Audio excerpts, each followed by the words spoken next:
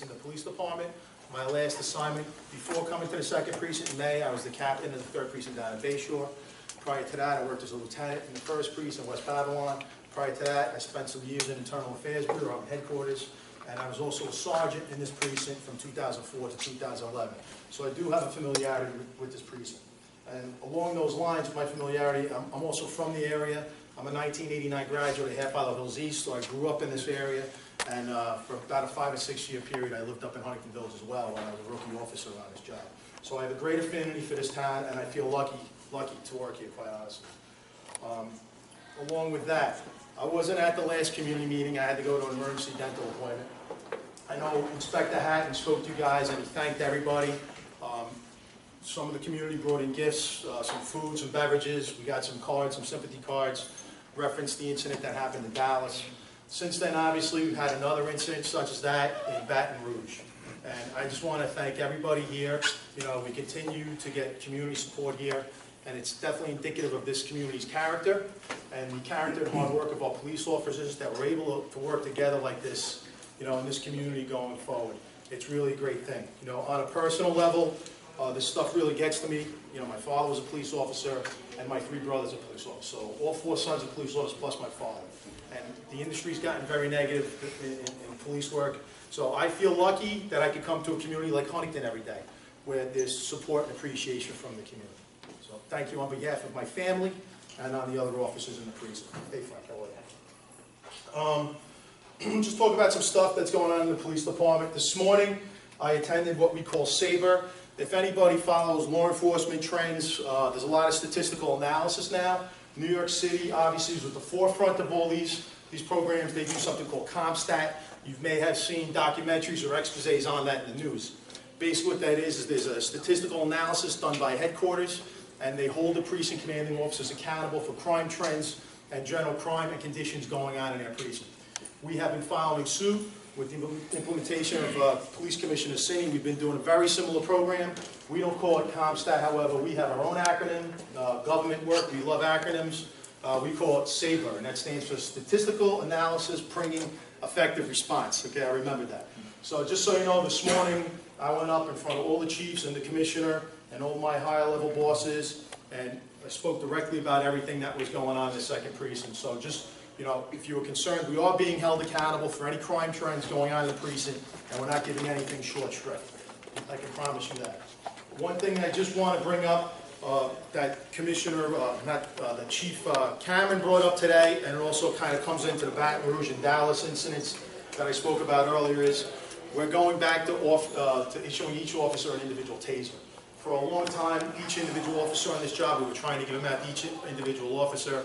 It became kind of cost prohibitive with the recent economic downturns.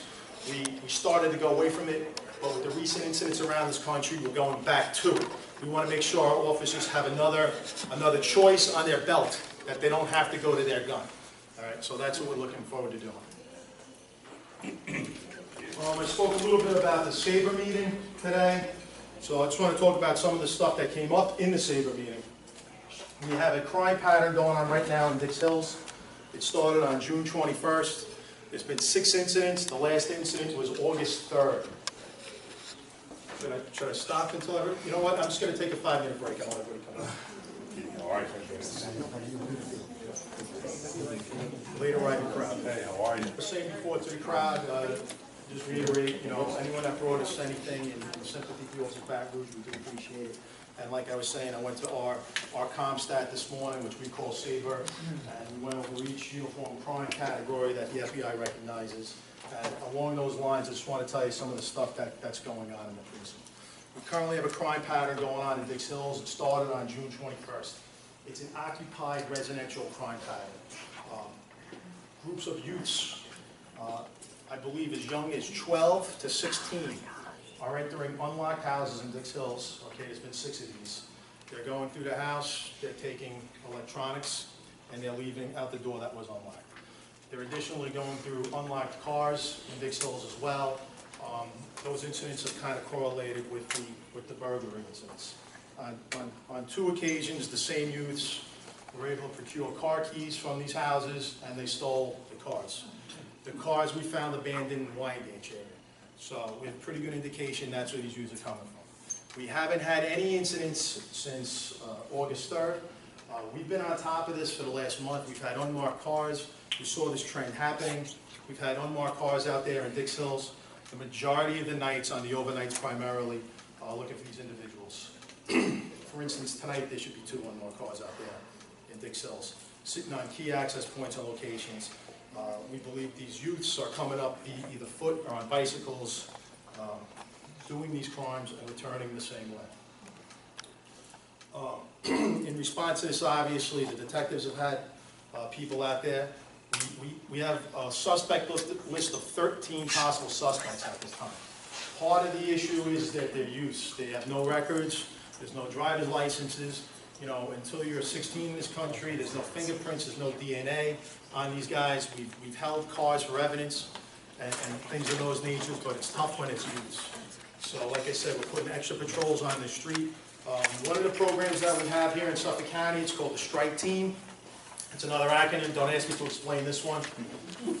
And basically what that is, on the midnight shifts, each individual precinct, we have 7 precincts, will identify on the midnight squads 2 to 4 individual police officers who are better than the rest.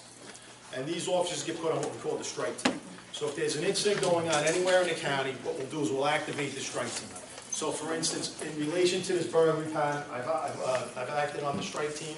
I've initiated a strike team on a couple of occasions. I've been able to get as much as 6 unmarked police cars driving around Dix Hills, you know, from like 12 to 6 in the morning. So we're putting the manpower out there. So far it's stopped, and the squad's working on it, and hopefully we get these guys. Another issue that came up today in the Saber meeting, shootings are going up. Since the last meeting that we had, we've had a few. I'm just going to speak about this stuff in general terms because there's still active investigations. I don't want to give information that the bad guys could possibly get that they know we have. We don't want them to know what we know when we question them, all right? That's the understanding behind that. On July 19th, there was a shooting on Lafayette Street. We believe a white Hispanic male is on a block on Lafayette Street. Our victim is talking to a female acquaintance of his in a car. Another male approaches the other side of the car, raises a handgun, shoots in the direction of our male victim, and he catches him around, he goes to his mouth and comes out of his cheek. That's still an active case. On July 23rd, we had a shot spotter activation at 150 Lenox Road, I apologize.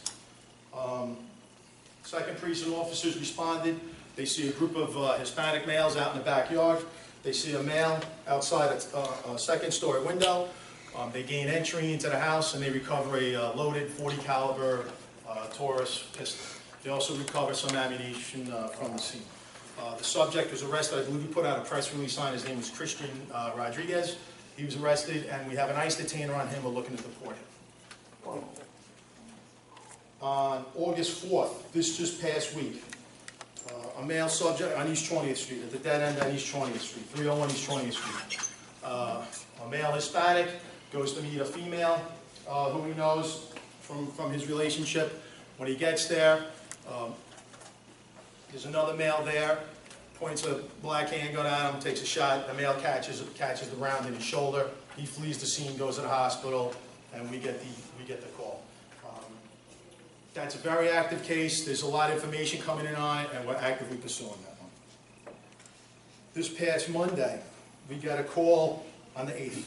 This past Monday, we get a call of a 911 call of a black male walking on East 3rd Avenue, holding onto a handgun. We respond to the scene, and we locate a bullet hole in a fence nearby made by a .45 caliber round. Again, we have some information on that one, and we're looking at all the leads that we have. The shot spotter activated on that? The shot spotter was not activated on that. We did have a shot spotter activation over the weekend up on Lowndes Avenue, a confirmed shot spotter activation. We're looking into that one. And Jim would know we had a shot spotter activation on Lynch Street as well. In regards to that shot spotter activation, we did a neighborhood canvass, and we did find an empty shell casing. We don't know if it's related to it or not, but it was close enough to a location that we've been getting some complaints about, the neighborhood bar, that we initiated an SLA check at the neighborhood bar, and we were able to locate and arrest a known drug dealer to us on a weapons charge that night in the neighborhood bar. So something came out of that. In regards to all the shooting activity, we've enacted a new plan in the precinct. We're throwing some manpower at it. I discussed that strike team thing with you also. I enacted that on Monday night. I had the strike team come in. I got about 8 cops that come in from other commands and do high visibility patrols at Huntington Station. We're hiring extra officers to work from midnight to 4 a.m. on the weekends, 2 double cars each to do high visibility patrols, specifically in Huntington Station. And also each patrol squad is tasked now with doing high visibility checkpoints and or saturation patrols in Huntington Station. Additionally, right now, tonight, our FAST team, there was an article in Newsday, I'm sure you might have read, I don't know if you read Newsday or not. Our firearm suppression team is actively driving around Huntington Station right now, looking to do some gang, drug, or gun interdiction. Any questions on any of that stuff? Jim? Yeah, how long are they going to be here for? Is it going to be one of these deals, they're here for 2 weeks, they pull out, and then when everything goes back to the normal way, then we're going to have to fight again? No, that's a good question. From my understanding, they'll be here, on a regular basis. Obviously, Huntington Station isn't the only community in Suffolk County where there's violence, and it's a countywide unit. In the Newsday article, and I know from internal reports, the unit has been beefed up.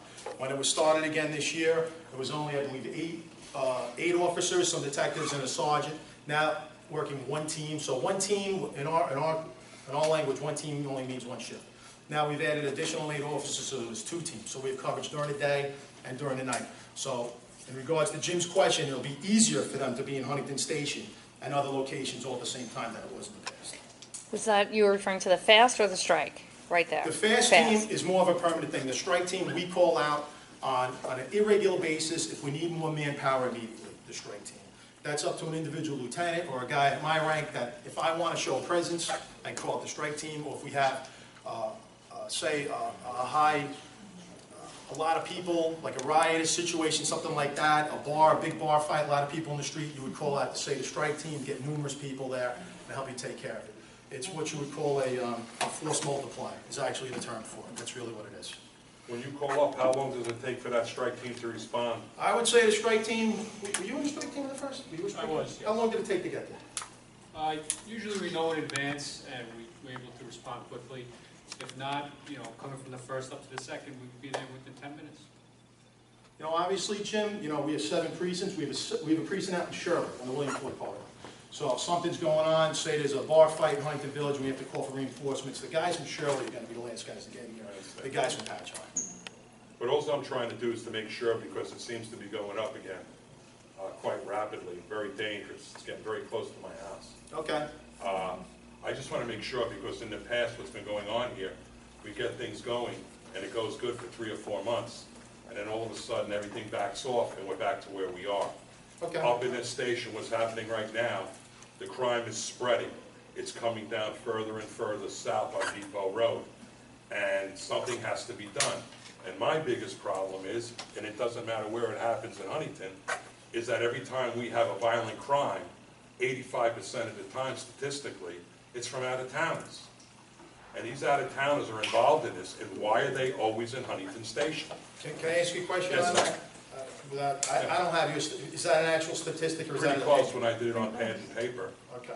It's probably even greater than that, Okay. sir, because I'm telling you, the 2 guys, you look at it and just read where they're from. And the reason they're here, Obviously, it's a recent. oh, no, it's been going back to even the 2 guys that beat the crap out of each other, one died down in the village. They were out-of-towners, okay? Well, an issue we have in Huntington Village is it's an attractive But it place to seems go. to even be even in Huntington Station. The guy that robbed the gas station and shot the gas station attendant, he was from another town. I'm glad you brought him up. Yeah, he turned himself in. He was I heard indicted this week. Yeah, He's admitted going to to be it. going to jail. But It's he all was stupid. Yes, sir. But he was from out of town, and this is what I'm saying. Why is this?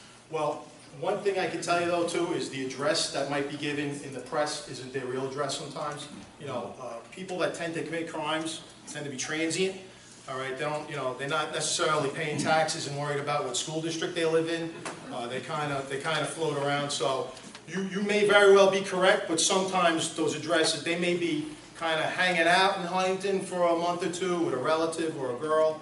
Who knows? Well, the idea is, I think, I'll be honest with you, and I'm not trying to be a wise guy, but you have to do traffic enforcement here, because this is what's going to keep people out. When they see traffic enforcement, they stay away. Okay. When the traffic enforcement was done a few years ago, They used to do it regularly. We didn't have these problems, because you know why? They came to town, they says, you know what, we're getting stopped here all the time, let's move on. Well, in regards to your complaint about that, we are doing high visibility patrols now. We're doing high visibility checkpoints, high visibility patrols at night. We're hiring overtime to do so. So your complaint has. And in Great Neck PD, Kensington actually, they set up every Saturday, Sunday and Saturday, they set up roadblocks. And it varies. Okay. They call it like their strike team. Yeah. Where they'll just set up a roadblock on one block on a main street. Right. And believe it or not, that every single night that they have done it, they've gotten at least one DUI, and it turned out to have. You know, I'm glad you brought that up about the DUI thing as well. As I am, Jim, I am trying to get additional manpower up here as much as I can. We do have some headquarter assets as well, and in relation to these shootings, I called up, we have what's called a district commander. I know I'm throwing a lot of terminology at you guys this week. That's a captain. He pretty much works midnights. He's in charge of the whole county on midnights. And I asked the captain, who's a former 2nd Precinct cop and loves it here, I said, can you get headquarter assets up here tonight? And headquarter assets are basically the highway safety team. Have you ever seen those guys? Those are the guys that just make DUI arrests. The highway safety team, emergency services, K-9. Obviously, the K-9 officers and the emergency services officers, they're not really doing vehicle and traffic enforcement. They're specialists to a degree. But on Saturday, I do believe we had the safety team up here, and they caught a woman DUI. I think she had a child in her car. And that's a felony charge here in New York State. So I understand what you're saying, and we're going to continue to do that. I would say that the Kensington Police Department is a different type of area. They may have more guys than we do. I don't mean to make excuses. But we're going to just keep going forward and trying to do what we can, on an every week basis. Yeah, Nick. Yeah, in the case of DUIs, for example, with Karen Holden's death and Ryan Director's arrest, Right. did you guys canvass? I know you had the black box was in the car, and you have probably 20-25 seconds of where it came from, direction-wise, GPS coordinates, etc. But have you guys canvassed in a case like that, other bars around the area, asked them if, the person was there? I can't speak to that case, Nick. I know, but do you think? Yes, that does go on. One of the things that officers are taught, and that the detectives do as well, is whenever there's a tragic incident like that, or even, you're running a mill DUI, is, look in the car for other evidence of drinking, not, in as much as blood alcohol level. Right. You can find receipts and bars, the stamp on your hand, that thing, I don't know, we were all 21 once, right? They put something around your wrist so you can keep drinking. So that stuff, we do look for that, and, they will go back to the bar, and they will go get the credit card records, and it'll show. And sometimes the bars provide us with surveillance video of the guy stumbling out of the bar. I don't know what happened in that specific case, but that does go on. The detectives do that. That's long-term work, but that definitely helps in convictions. Yes, sir. Just like the shooting on East 20th, it seemed like that was a domestic thing with girlfriend, boyfriend. The shooting on Life, was that deemed to be something personal because he was speaking to a female acquaintance? Is that conclusion? We don't have any indication of that. Okay. No indication of that as of yet. Okay, just curious. But we live on the other side of town, Yeah. which we're far from the 2nd Precinct. And there's really, everything. When somebody's trying to break into my garage, which it turns out it's very possible it's the same person, the alarm went off. Right. I wasn't home. My wife was petrified. And ADT called, and my wife said, yes, please call, let the cops know. It took 25 minutes for them to show up, and which I think is absurd because but this neighborhood, and also when he had his window shattered, and the guy tried to scavenge through the car, we have it on camera. Okay. And we showed the cops, and we're still waiting for the detective to come down and speak to the guy who we know did it, and it's obvious footage, etc. Okay, 2 doors down, we have 5 kids amongst each other, we both work. We want to know that we can, if we're paying $16,000, $17,000 in taxes, we can take a stroll with our kids. And every time the cops show up, they run out the back until they get entry. It's like it's an ongoing thing, and it takes too long for the cops to show up. It would be nice if there could be some sort of a command in that neighborhood. Like National County, substation. We're like right near Comic, and it seems as if that's just like the clouded area. Well, you do have a sector assigned. Every resident of the town here has a sector assigned to where they live. You have to 22nd. So, you know, just because there isn't a police station doesn't mean there isn't an officer. Exactly, every time there's an It incident. is a That makes it slow more area. nervous that they're even closer and they're still taking 25 minutes. I would rather get a nobody, they're coming from Park Avenue, that's why it's taking. I gotta look into why it took 25 minutes sometimes. Honestly, sometimes sometimes something else is going on. I get it, there's false alarms, you guys are getting those 50 times a day, so if there's a car accident, that's gonna take precedence over it. But this is when I had a burglary alarm, they called us, we didn't have the phone, so we couldn't answer the security question. What if I was getting tied up or my kids were getting tied up? Right. By 25 minutes, we would all be dead already. Or what if next time somebody comes in, like a long cousin, and I think it's a burglar, and I shoot? Like realistically, I'm against guns, I have to. Right. And my worry is that I'm gonna go to jail because I shot. You know, I can't speak to what you just happened this weekend. Like 3 times in the last month. Before you leave, if we could get your name and your address, and we'll look into it. Okay, both your addresses. More and more people say, we need to get guns, we need to arm ourselves, and that's a scary thing when, you know, people start to feel that way, because you start to get I almost a understand. vigilante attitude going on. And you all speak social media, so everybody kind of knows what's Well, going on. and that's where you're here, you Right, know. which is People make arm themselves. different than a long time ago. I know it's not gonna mean much to the crowd here, you've all had your individual issues of what's going on, and we're all affected by it. But speaking on historical terms, before I came here tonight, if you look in the past 5 to 10 year period, crime has really dropped. But in that 5 to 10 year period, the 24-hour news cycle and social media have expanded, so we know that the incident, and it becomes more personal. So, I'm gonna disagree. Okay. And I know that, you know, It's you're gonna, fine. you're It's gonna fine. back it up with whatever. No, it's statistics. fine, it's fine. I've lived in this town for 59 years. okay, This first 7 months has been the worst we've ever had as far as violent crimes. okay. And you just stood up there and told me about another shooting that I didn't know about, that I should know about as press. And if I hadn't been on social media, I would have known about the other 2 shootings that you mentioned about. And then I finally was able to get information. And that's a bigger problem with everybody in this room than you think. It's a And big you know problem. what? Going to that too, the shooting on 2011. Where are the Nixle alerts so that people know that something happened? Keep your eyes open. Look out your window, see if somebody's running past, driving, if something doesn't look You right. bring up a good We point. don't get these alerts. I understand, and I don't even know how, but I kind of found out that was a concern to you guys before I came here today. That is something we have to get better at with the Nixle alerts. We do have a new, I think he's a deputy police commissioner. He's rolling out, we're gonna be going into the Twitter age, and we're gonna be trying to get out more and more information as we go forward. I stopped today when I was at headquarters. I spoke to our PIB staff, that stands for Public Information Bureau, another acronym, I'm sorry. And I was asking them how, Nick, guys like you get your information. And apparently you have a link into a portal, I believe, right? And where we display all the arrests and crimes that happen. Problem with that is it doesn't update for 2 days. Right, well, that's what I was gonna say. There's this link, a guy like Nick who's with the Huntingtonian, if you don't know him, go into this and it lists the people we've arrested and the crimes that happened. If he's not satisfied with the information there, you can call Public Information and they'll try and help you out. Obviously, that's not getting out fast enough these days for the crowd here. So that's a concern, you know, that's a concern I could bring back to headquarters, okay? And we'll try and help you out with that. Yeah, ma'am. Along those lines, when there's a helicopter circling. People have told us about that before. That's accurate, that's something we got, like I said, you know, it's something we really have to work on. Kind of falling on the sword on that one. Guys, that's something we have to work on. This is all new technology to us, and sometimes the change is a little slow for us.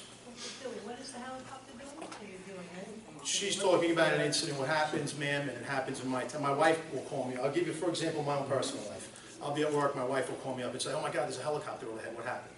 You know, luckily enough for me, I can find out what happened, then I tell her. But we get calls like that from people all the time, you know, especially now with Huntington Matters or Smithtown Moms, whatever town you live in, you know, people go on the computer, they want to know what's going on.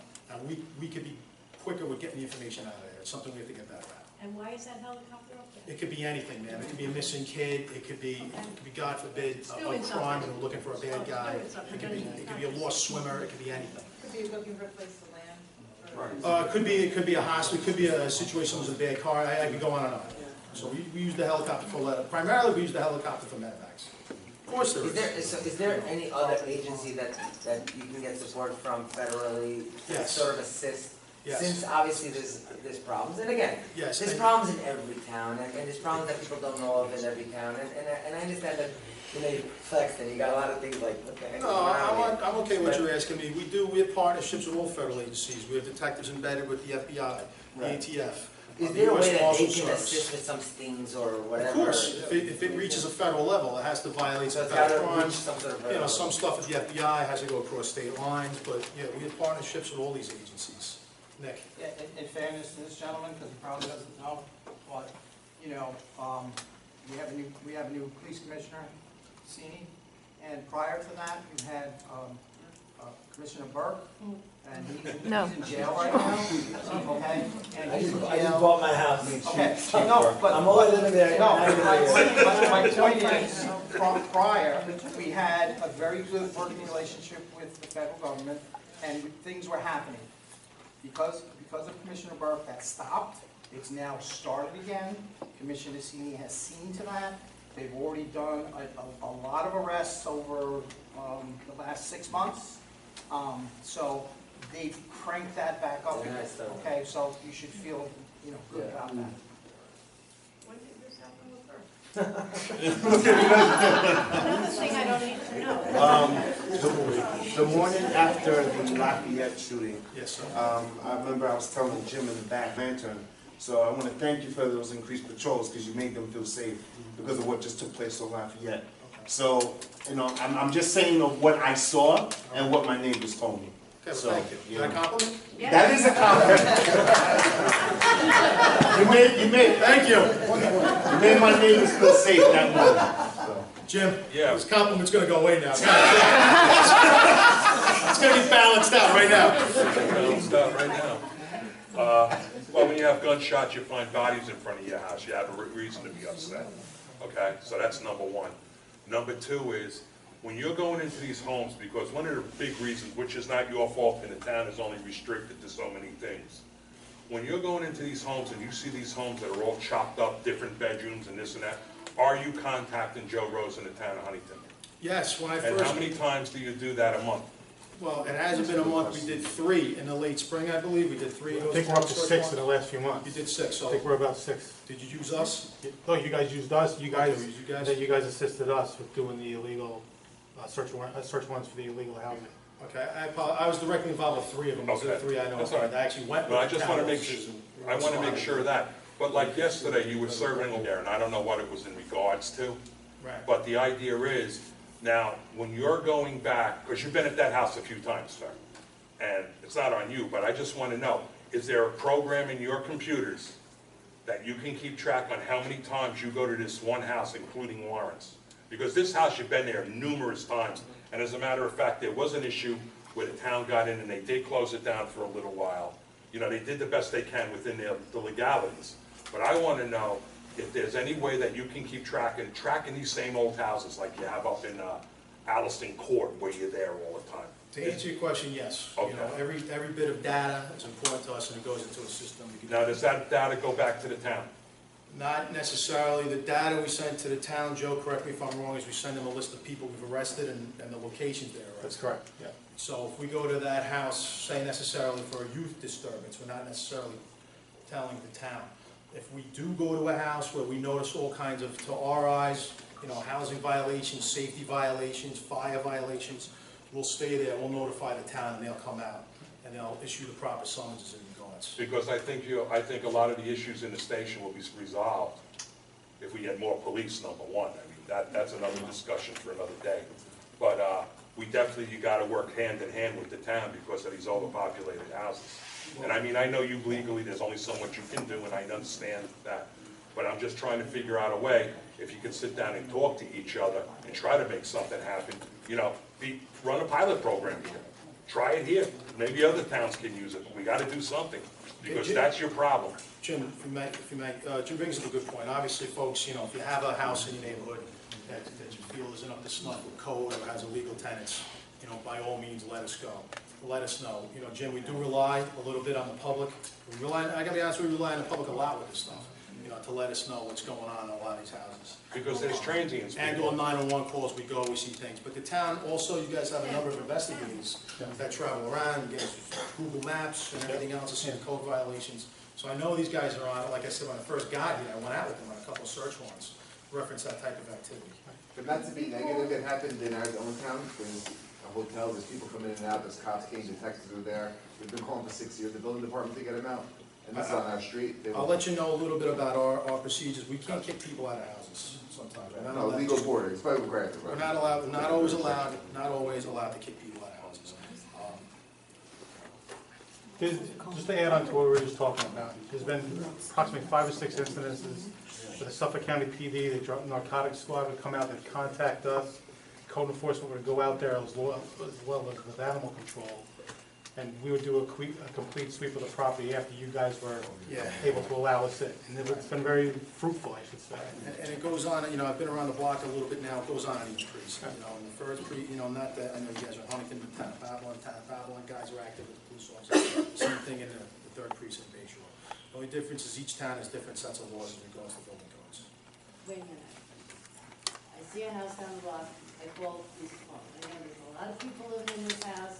What's your next step to get to Joe Rose, to get him to go to the house? You're gonna call us Make it first. sound so easy. I don't make it, right, call us up, we can respond, if we see the violations ourselves, we can call Joe Rose, but like Joe Rose said, probably better off calling Joe Rose, because they're the experts But they're in not this type gonna of let him in, situation. right? He knocks on the door and says you should go.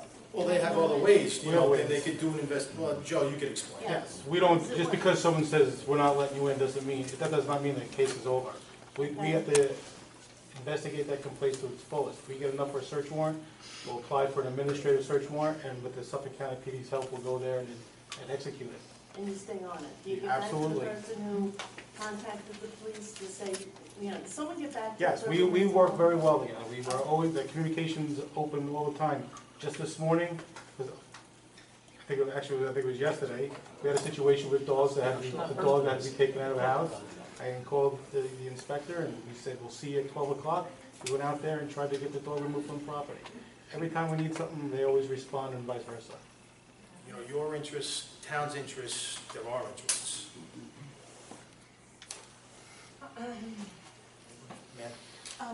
The Huntington Station Railroad, the railroad station, Okay. both on the A and the B side. Okay. Sometimes, you know, you're coming home late, it's dark. I've noticed, there used to be, I know you have a lot of crime to fight, but there used to be somewhat of a police presence. There would be a car coming in and out of there, and they know the train schedule, but it's pretty bad now, and it's pretty isolated. And I'm concerned. Okay.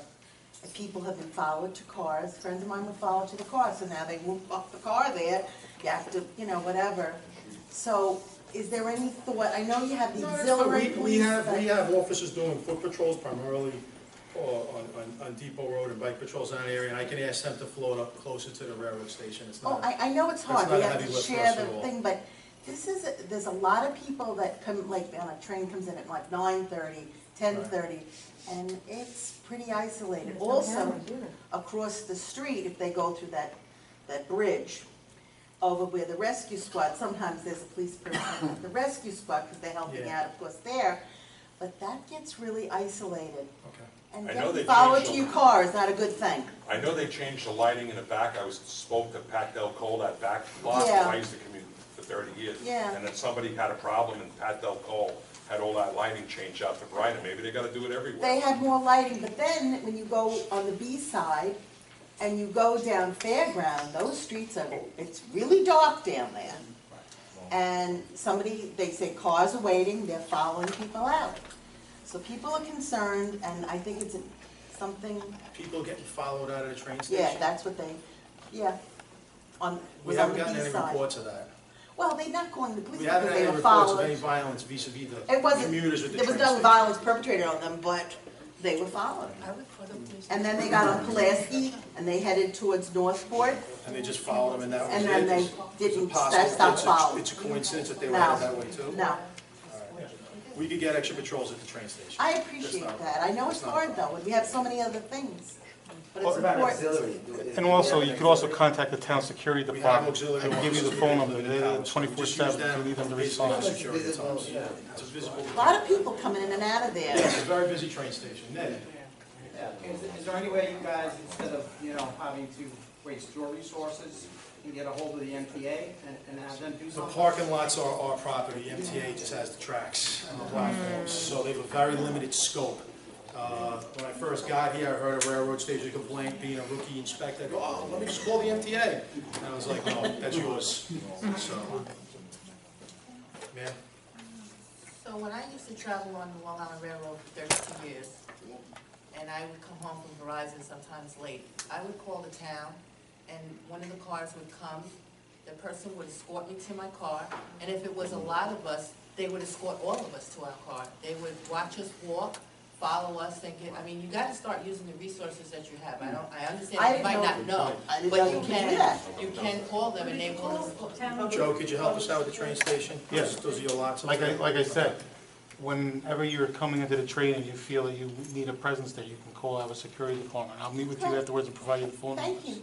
And if possible, you get some Absolutely. rotating patrols going Yep. through there. Yeah, So that's an but you asset of know, us. you know you have so much, but I think it's important. You know, it's fun. It's great to ask. I love you. What's the phone number? Yeah, say You that want to write it down, loud. it's 631-351-3234. It's 24/7. Are you gonna be bringing up the quad epidemic? Yes, yes. Would you let those people sit down if they Sure, want if to? you guys would like to sit down. There's about 5 Since you seats mentioned here. it, I'll talk about, it's gonna go into some things that have happened other I'm than. not rushing you, I just wanted to. No, it's fine. Other than the shootings and the burglaries. We arrested one of our top players in the quad thefts that have been going on throughout Huntington. A guy by the name of Daniel Aranda. He was located with a stolen quad in Huntington Station. He's been charged with criminal possession of stolen property, third. He's not a citizen of America. He's a Chilean national, I believe, and we're looking to deport him. Since now, I'll give you a little public information announcement. We believe that these guys were going through Craigslist and stuff, looking for people selling these types of items. And that's how they were targeting these locations. So just something to keep in the back of your head. You're going to sell something on Craigslist, and someone asks you your address, and they don't show up. Just be a little concerned. But we do have an ICE detainer on him, and when he's convicted, he has to serve his time here. And then if that goes through, from what I understand, with this program, then they get. Obviously, whenever there's a heinous crime, just through general culture, you read the paper, you'll see, a lot of times you'll see in the paper, the gun's been tracked back to Virginia, stuff like that. So all these guns, they do get tracked. Sometimes, unfortunately, the serial numbers and everything are grinded off of them, and there is some techniques to retrieving that serial number that I'm not an expert in by any means, but we do try to track. I've heard you guys, I know there's a lot of, you guys want to be notified, and like I said, we have to do a better job of that. The system we have, like I was talking about, media, it might not be fast enough anymore. I'll bring these concerns back, I promise you. Sorry. In your recent experience, or your experience in general, your capacity in the department, whether it was other precincts, whether there was an uptick in gun incidents, do you know of a tried and true strategy that you've used to eventually bring this to a cease? Guys walking with guns, shots going Yeah, off. well, you want to target individuals, and, any arrest you can get them in for, the power of the information. If you get guys in custody and debrief them, or maybe they could work off a charge or something like that. You want to have leverage on people to find out what's going on in the community. That's kind of a tried and true technique, but I'm just speaking in very general terms. Very general terms. Ma'am, I know you've raised your hand a few times, I'm sorry. Welcome to my club. When you get these guns from people, what do you do with them? They get invoiced into evidence. And then what? Then we hold on to them until the court process is over. And then once it's over, after a period of time, then we actually melt them down. I was going to ask you what happened. They're sent to a facility in Pennsylvania. From my time in internal affairs, what we do is all the drugs that we invoice eventually gets burned. We go to a dump and we burn them, and there's a procedure in the law about how we do that. We have to watch it get burned along with a civilian, and I'm not as familiar with the gun procedure, but they get melted at a facility in Pennsylvania for that. Again, I'm speaking in general terms though, okay? Go to a smelting plant in Pennsylvania, I understand. I'm just gonna speak a little bit about some of the other stuff that's happened this month in the precinct, some stuff you may have seen in the paper. If I reiterate it, I'm sorry. On July 23rd, we had an incident of crime. You may have read in the paper, I know that was on the news. An employee of crime was illegally videotaping a female in the bathroom. He was arrested, he was charged with unlawful surveillance. On July 22nd, we did a search warrant on Crowley Street in Greenlawn. We were able to locate and arrest the target of the search warrant, and he was charged with felony weight drugs. Awesome. What was he charged with? Felony weight drugs. I believe he was charged with criminal sale, controlled substance theft, but don't quote me on that. I know you're writing it down, but it's felony weight drugs. No, I didn't know, that's around the corner from my house. That was around the corner. Yeah, that's Well, right, it too. goes on, they go on at 5:45 in the morning. Yes, I know, We I've do had these one things as just early as called we me. can, element of surprise. That's when they bring the bear cat out, right? Sometimes, yeah, emergency services comes out, and I believe about 12 emergency service officers show up at these things. That's good. Robbery second, Breezy Park on Oakwood Road. Basically it was a bunch of juveniles. A juvenile was robbed, kind of thrown by two known juveniles. He was able to identify them. They took his property, he was able to identify them, and they were arrested as well. On the robbery first arrest on July 13th, early in the month, we had a male was hanging out with the wrong kind of guys one night. I know I'm speaking in general terms, but they slammed him onto the ground at one point. They fractured his hip. They take proceeds from the male. I believe these guys are captured either on surveillance or through credit card receipts or what have you, and we were able to locate the male and arrest him. So he went for robbery first. On July 30th, confidential source tipped us off about a rave over at Big Z Beverage. If anybody doesn't know what that is, it's just east of the precinct, kind of near the Dix Hills diner. Basically, it was an illegal party in this abandoned building. Second precinct crime section officers responded. There was about 35 people inside. We charged the organizer with numerous state liquor authority charges, and I believe the Huntington town came down and cooperated with that as well, and charged with numerous building and fire violation codes. I don't know if you remember, I think it was two community meetings ago, we did a search warrant on Maplewood Avenue, and we were unlucky that day. We didn't come up with anything. On August 3rd, we located and arrested one of the subjects we wanted to get that day at the Maplewood search warrant. He's been arrested. He's been charged with criminal sale of a controlled substance third. That's all I really have. Does anybody want over a lot tonight? Does anybody have anything else? That's ongoing. That's we're as frustrated as anybody. You know, it's the same guys all the time that are doing a lot of these crimes, and we know that. But at least they know who they are. It's being watched. Innocent until proven guilty in America. System's clogged. So I get a motion. You know, I will say this, my only opinion about camera systems is the more obvious the camera system, probably the better. You know? Yes. They wear hoodies anyway, so it don't matter. I've had a theft in my house in July. I've called numerous times and have not gotten calls back. Okay, we'll take your information, we'll get back to that, I apologize for that. I don't know the specificities of your incident. Can you guys, one of you guys just meet all three of these individuals? Yes, sir. With school starting, Yeah. do you guys have any patrols, you guys do anything around the schools? Oh, sure, yeah, we have an officer, well, where do you live? Huntington. Okay, we have an officer assigned specifically, he rotates between Huntington High School and Walt Whitman High School. And also Angela and Jamie are very active in the schools. We do a lot with the schools, quite frankly, you know. We have the school blueprints in the computer system, the cars, you know, active shooter drills, we do them in the schools. We work very well with the schools. You know, the schools are another part of government that we're in collaboration with, that we also work with as well. As long as the state, the schools, the town, the village, we try and work well with everybody. But it's not just the high schools, it's all the elementary schools? Well, the elementary schools, you can imagine, don't really call us too much. So, but if they do, we're very responsive to their needs. Maybe not the right time, but the protocol, God forbid something happens, right? Let's just call it a day, you're in the heat of the moment, probably not calling 911 if someone enters your house. everyone has their own opinion of what you could do, what you can't do, if you'll threaten.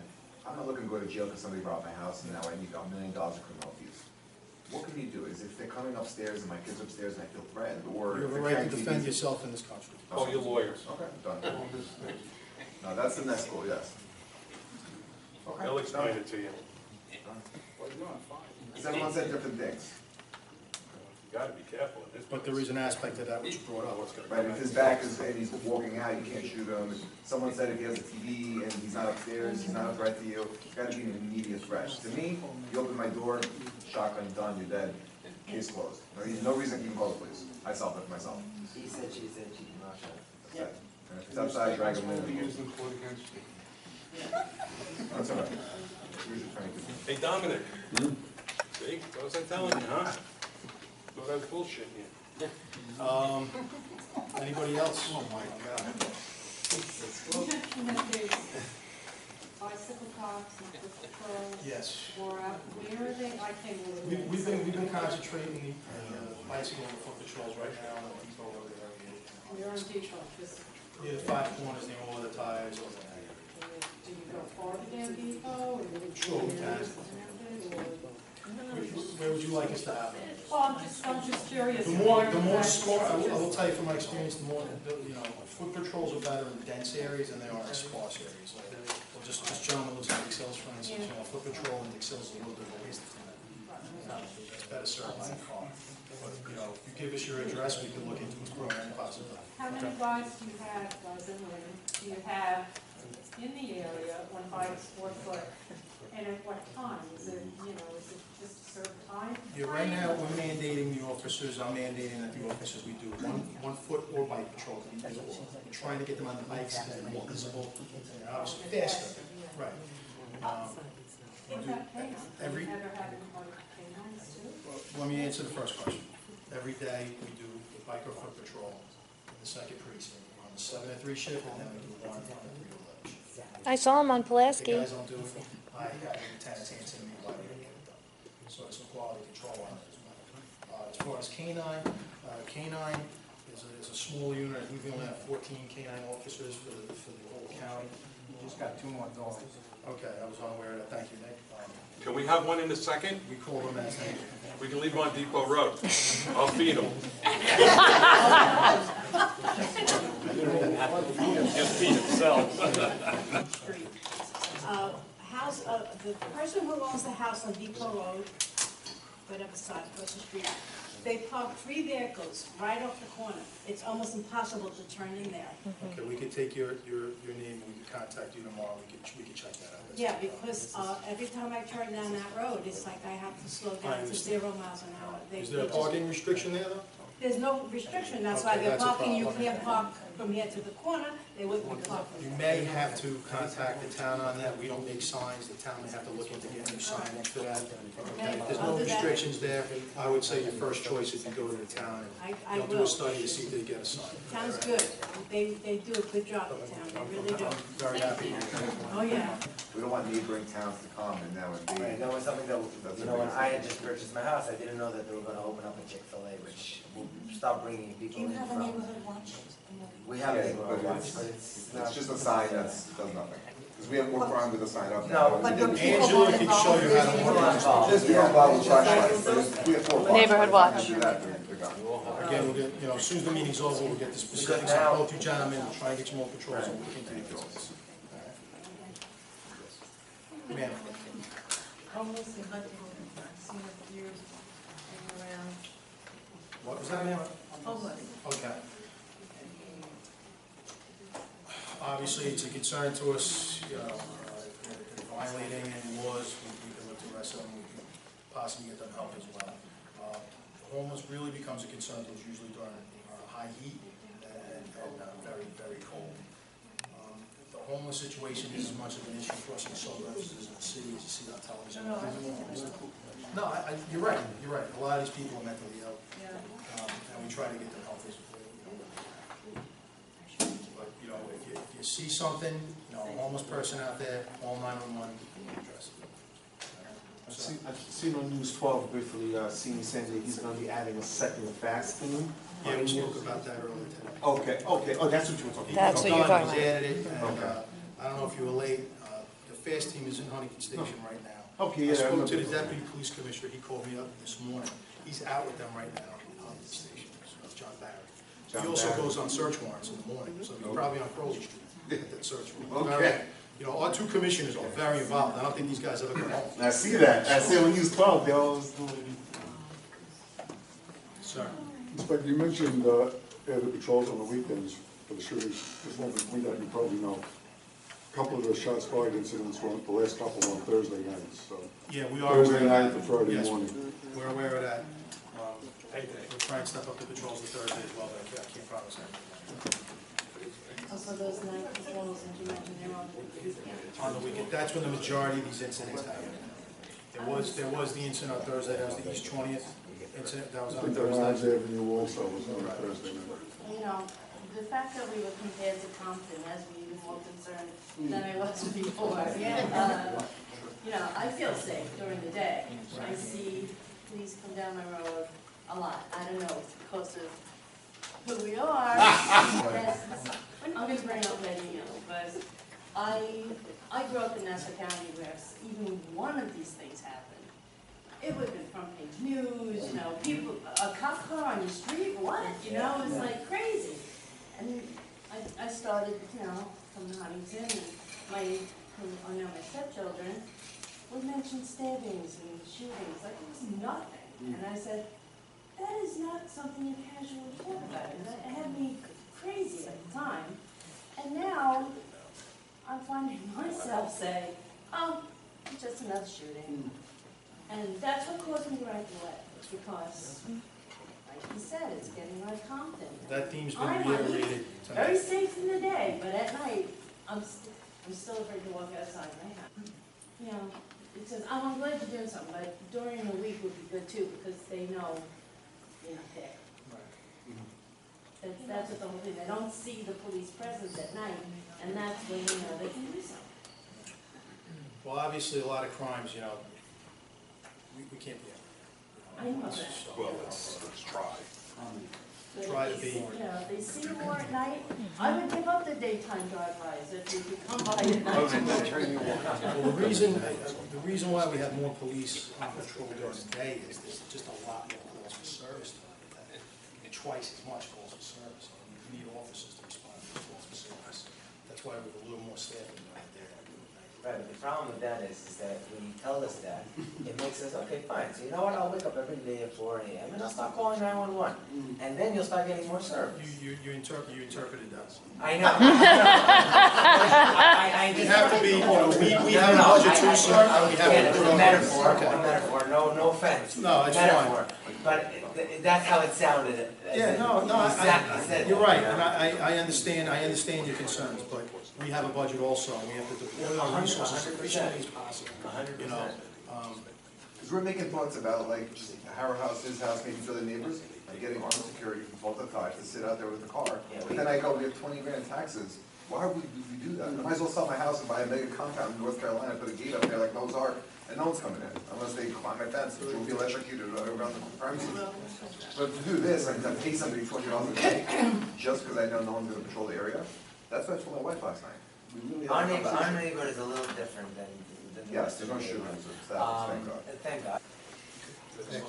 Yeah, do you guys have any, like standard procedures, for example, the shot spotter went off on Lynch and Barney, and, whether you recover shell cases, or you don't recover shell cases, you don't have anything to go on, what is your procedure?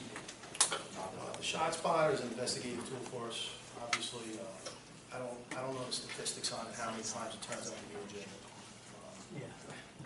It's technology, what we do is we respond, you know, a lot of guys respond to the shot spotter en masse, and they immediately begin canvassing for anything.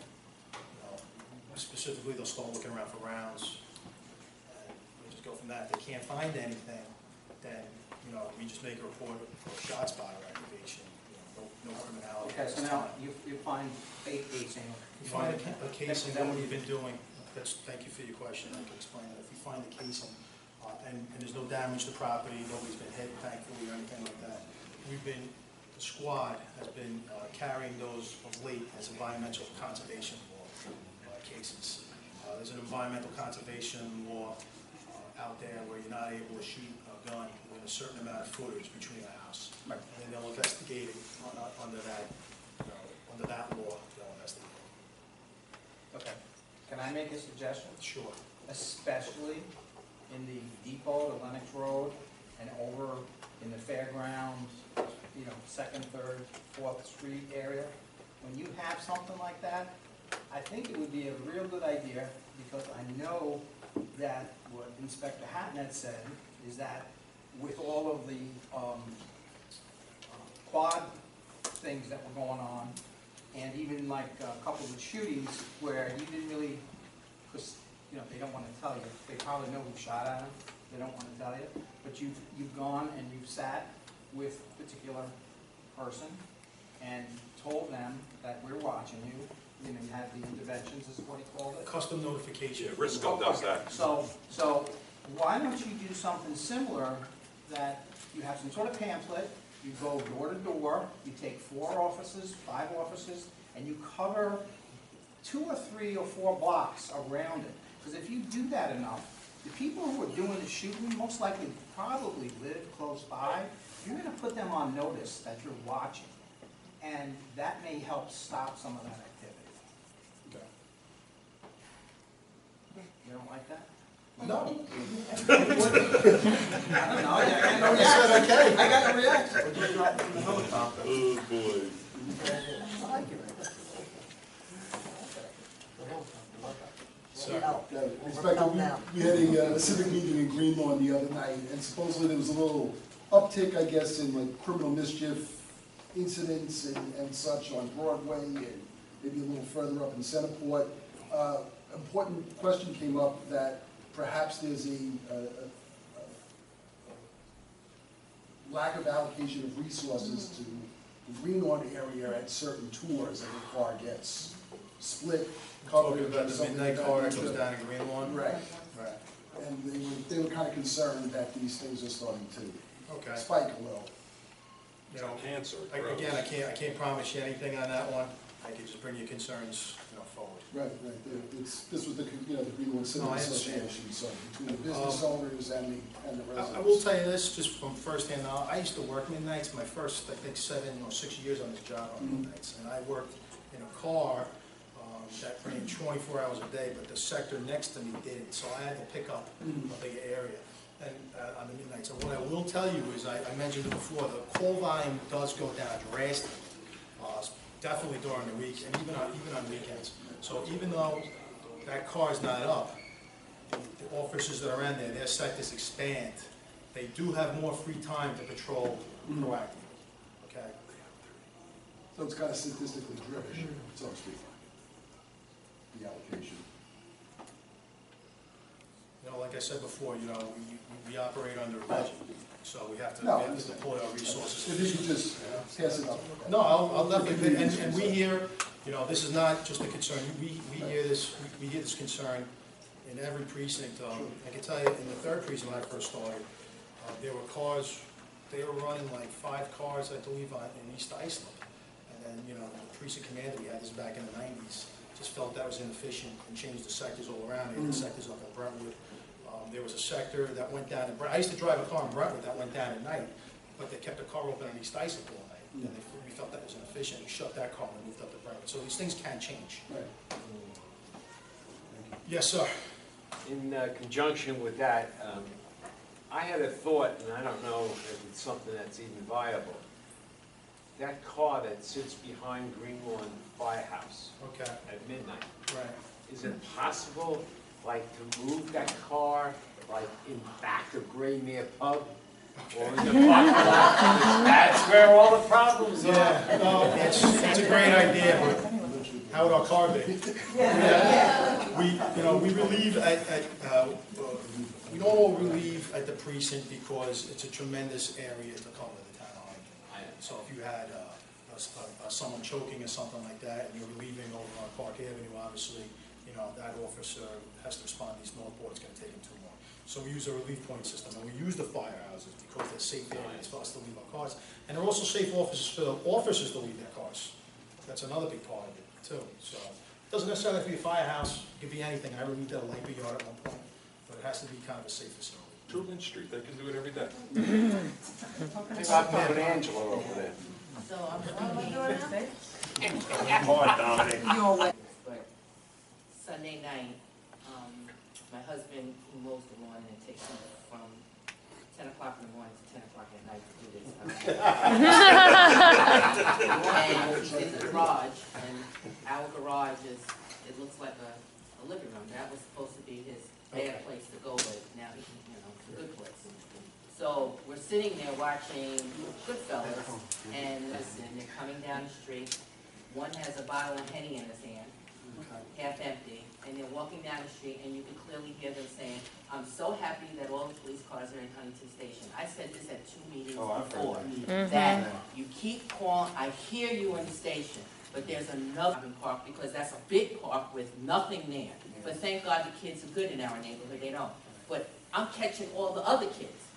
He's talking loud, talking about, "I'm so happy, it's almost about time to strap up because, them MS-13s, they're starting to ride up on us on their little bikes because you can't hear them when they're riding up. They got the guns, we don't. We're trying to play nicey, even though we're in our little gang." I mean, this dude was having a full conversation with 3 guys. My husband went outside and he said to him, "Yo, dude, that's it." He went out in the street and he says, "That's just not the thing to do. And by the way, give me that Henny bottle. You don't need it anymore. You really don't." I will say, you don't see it, but our gang officers have been spending a lot of time in the neighborhood. They're on unmarked cars. Oh, I'm glad, okay. But if you see a bunch of tremendously big white guys drive around in front of you, That's them. they don't really blend in too well, but that's them. But they're not in the market. On Fraser Park this summer, we were there. We've been there numerous times. It's been on our radar. We haven't forgot about you. Thank you. I just, the community, we haven't forgotten. Because one day, my husband's real nice with them, And I know, and they are nice with and them. that fast team, I know we've been mentioning the fast team tonight. Yeah. I've met with them, I know they're aware All of the right, neighborhood as thank well. you. Anybody else? Sure. It's not as serious as any of the, like, you start stopping people for tailgating. Sure. I am so frustrated. It's dangerous. It is dangerous. It's tough. Believe it or not, tailgating though is tough for us to see because we catch a lot of violators from behind. You know what I mean? So that's actually a difficult one for us to see. We almost have to go on stationary patrol and see the car being close behind for an extended period of time. But I understand your concern. That's a tough one for Can I us. give you an example? Yeah. Sure. I'm going one direction and the car is on me. Right. There's a police car going the other direction. No hurry, no lights, no Yeah. nothing. He can see it. Okay. Why can't he turn around and stop? I don't know. I don't. I'm just Jam on your brakes and take off like hell. Yeah, yeah. Don't do that. Then she'll get the, I do other things. Tailgating, it's America. Everyone's in a hurry, unfortunately, now. No one has free time.